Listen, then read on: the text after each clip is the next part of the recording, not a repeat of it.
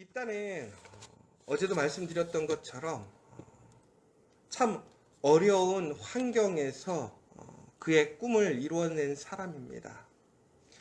비록 그 환경 속에서 잘못된 사람들과 어울리고 잘못된 길을 걸어가기도 했지만 그는 이스라엘과 하나님의 거룩한 일에 사용되어졌던 또 특별한 한 사람이기도 합니다. 그러나 우리는 항상 이 입다를 보면서 하나님께서 누구를 사용하시는가에 대한 우리는 그 방법을 좀 잘 봐야 될 것 같아요. 하나님은 특별한 사람이 아니라 하나님이 사용하시는 그 사람이 특별해진다라는 그 사실입니다. 여러분, 우리가 무엇인가 하나님 앞에 큰 은혜를 받아서 우리가 지금 우리의 삶 속에서 우리의 어떠한 일들을 우리가 온전히 감당할 수 있다라는 것, 혹은 우리가 내가 살아가는 그 과정 속에서 오늘 나의 삶의 자리를 내가 살아갈 수 있다고 하는 것은 내가 능력이 있거나 내가 특별해서가 아니라 바로 하나님께서 나를 사용해서 지금 나를 세우셨다라는 사실입니다. 여러분들은 그 사실을 믿으십니까? 하나님이 여러분들을 정말 선택하시고 여러분들을 지금 하나님의 그 귀한 도구로 사용하심을 여러분 믿으십니까? 아마 우리의 삶의 자리에서 우리는 참 부족하고 또한 만족하지 못하는 그러한 것들이 더 많을 것 같아요. 그러나 하나님께서는 우리의 그러한 부족함과 연약함 혹은 지금 우리의 만족하지 못하는 삶 속에서도 우리를 사용하셔서 오늘 우리를 그 삶의 자리에 세우셨기 때문에 오늘 내가 불평하고 불만하고 있는 그 삶의 자리에서마저도 내가 살아갈 수 있다는 것입니다. 여러분, 정말 하나님께서 붙들어 주시지 않으면 한순간도 살아갈 수 없고요. 하나님께서 함께 하시지 않으면 우리는 어떤 시험과 유혹 앞에서 그 길을 걸어갈 수가 절대 없습니다. 지금 많이 부족하고 연약하고 힘들고 어렵지만 그럼에도 불구하고 오늘 우리가 그 길을 걸어갈 수 있다고 하는 것, 내가 그 자리에 서 있다라고 하는 것은 하나님의 은혜요. 하나님이 함께 하심이라는 사실이에요.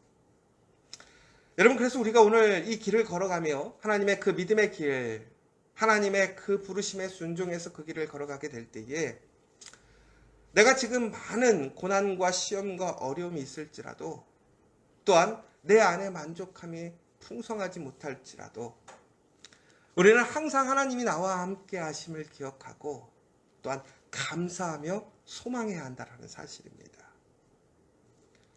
지금 내가 경험하고 느끼는 것마저도 하나님이 함께 하시기 때문에 불평할 수 있는 거예요. 내가 부족함을 느낄 수 있는 거예요. 여러분, 정말 힘들고 어렵고 앞이 보이지 않으면 불평도 나오지 않아요. 한숨도 나오지 않아요. 그러나 오늘 내가 불평할 수 있고 뭔가 부족함을 느낄 수 있다고 하는 것은 내 마음에 또한 그만큼의 여유가 있는 거예요. 그러나 그것은 하나님이 나와 함께 하시기 때문에 우리에게 생기는 힘이고 여유인 거예요. 여러분, 우리가 가지지 못한 것, 지금 두려운 것들에 대해 관심을 갖는 것이 아니라 우리의 목적과 우리의 관심은 그럼에도 불구하고 우리와 함께 하시는 하나님을 바라봐야 합니다. 오늘 일단은 하나님 앞에서 이제 많은 서약을 하고 이제 암몬과의 싸움을 앞두고 있습니다. 그런데 오늘 29절에 보면 이렇게 나와요. 여호와의 영이 입다에게 임하시니. 하나님이 입다의 어떠한 거래나 입다의 어떠한 조건이나 입다의 어떠한 서약으로 인해서 입다를 사용하신 것이 아니었어요. 오히려 더 부족하고 또한 자격 없고 너무나 연약한 이 입다를 하나님은 하나님의 목적을 위하여 사용하셨다라는 거예요.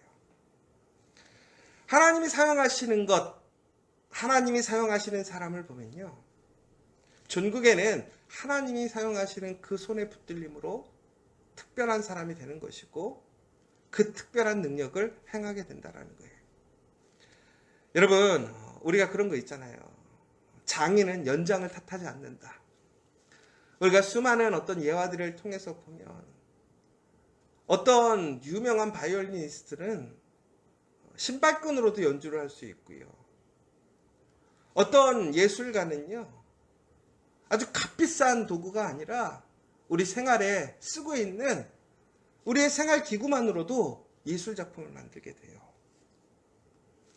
무엇인가 특별한 도구나 특별한 어떠한 것이 있어서 정말 이 세상에 남을 만한 그런 아주 아름답고 위대한 명작품을 남기는 것이 아니라 바로 그 위대한 작가와 혹은 예술가가 그의 기술과 능력을 통해서 도구를 사용하여 그것을 만들어내는데요.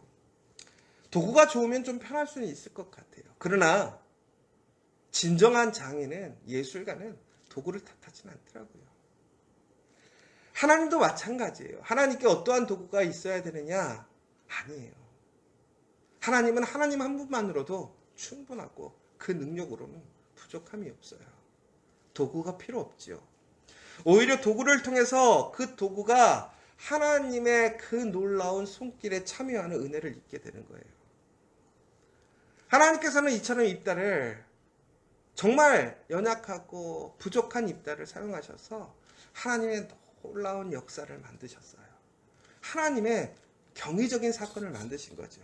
자, 그런데 입다의 이 사건을 통해서 하나님께서 입다를 사용하심으로 인하여 입다는 부족하고 연약하였지만 하나님의 놀라운 역사를 일으키게 되므로 그는 평범하고 부족한 도구였지만 하나님이 사용하셔서 하나님의 놀라운 일을 만드심으로 그 도구가 특별한 것이 되었다라는 거예요.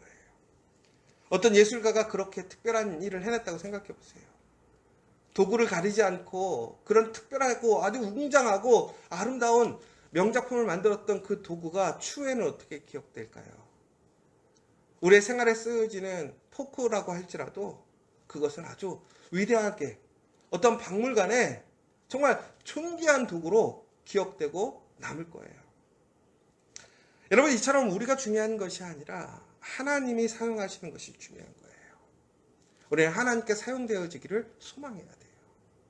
하나님은 바로 그렇게 하나님을 믿고 의지하는 사람들을 사용하시고 하나님은 함께 하신다라는 거예요. 오늘 입다에게 그래서 하나님께서는 그의 영을 주셨다라는 거예요. 하나님이 주도적인 거예요. 그런데 입다는 어떡합니까? 하나님 앞에서 조건을 걸어요. 하나님, 내가 하나님께서 나의 조건을 나를 승리케 해주시면 내가 오늘 승리한 이후에 우리 가정에 돌아갔을 때 나와 만나는 그 무엇이 되었든 간에 그것을 하나님께 드리겠습니다. 번제로 드리겠습니다. 태워서 드리겠다라는 거예요. 왜 그러느냐? 그 시대에 유행이 있었어요. 뭐냐면 바로 사람을 번제로 태워서 불에 태워서 신에게 드리는 거예요. 이방의 제사의 방법이에요. 여러분, 이것이 하나님이 기뻐하시는 일일까요? 아니에요. 그런데 입다가 왜 그랬을까요? 두려움이라는 거예요. 오늘 하나님의 영이 임했음에도 불구하고 그는 그 영에 대한 믿음이 없는 거예요. 왜 그랬을까요? 하나님에 대한 지식은 있지만 그는 하나님과의 관계가 온전히 세워져 있지 않은 거예요. 여러분, 이 하나님에 대한 확신과 믿음이 없으면요, 아무리 하나님께서 우리에게 능력을 주시고 또한 우리에게 분명한 약속을 주셔도요, 우리는 그것에 대한 확신을 갖지 못해요. 관계가 없기 때문에. 그러므로 여러분, 우리에게 필요한 것은 어떠한 증거가 아니라 그것에 대한 믿음이에요. 하나님은 우리에게 분명한 약속으로 우리에게 분명한 그것들을 성취하실 것을 증거하셨어요.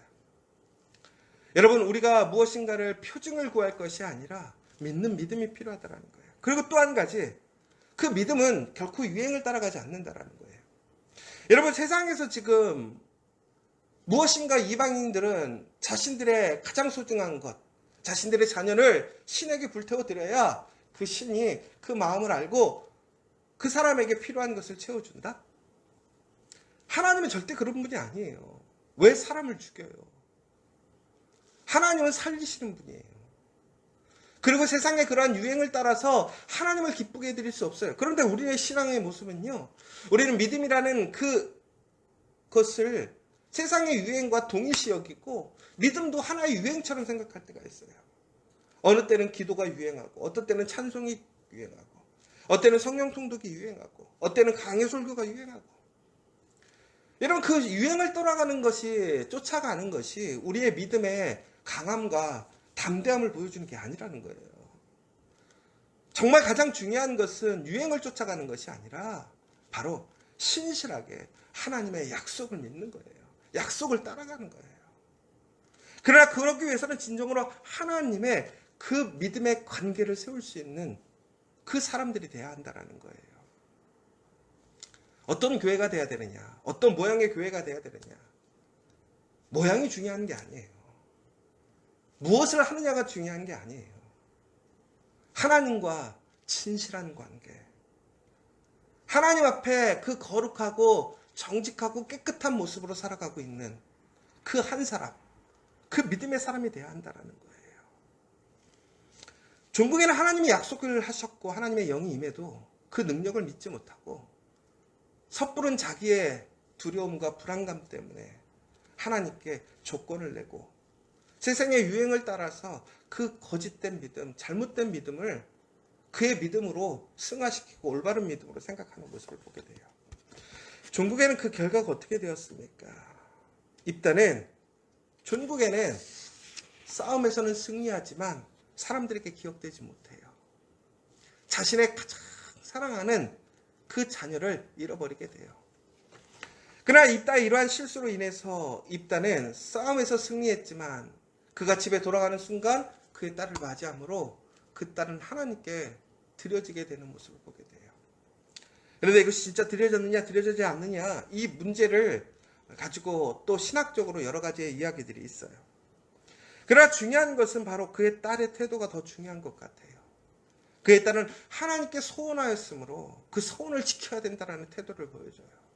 이 딸은 자기가 소원하였음에도 불구하고 그것에 대해서 고민하게 되는 모습을 보지만 그 딸은 하나님 앞에서 온전하게 그 말씀을 지키려고 하는 그 신실한 태도를 보이게 되므로 그 딸은 비록 오늘 그가 불의함을 당하고 그가 손해를 입지만 오히려 그는 기억되어지고 하나님의 거룩한 언약을 지킨 증거의 딸로서 남게 되는 것을 보게 돼요.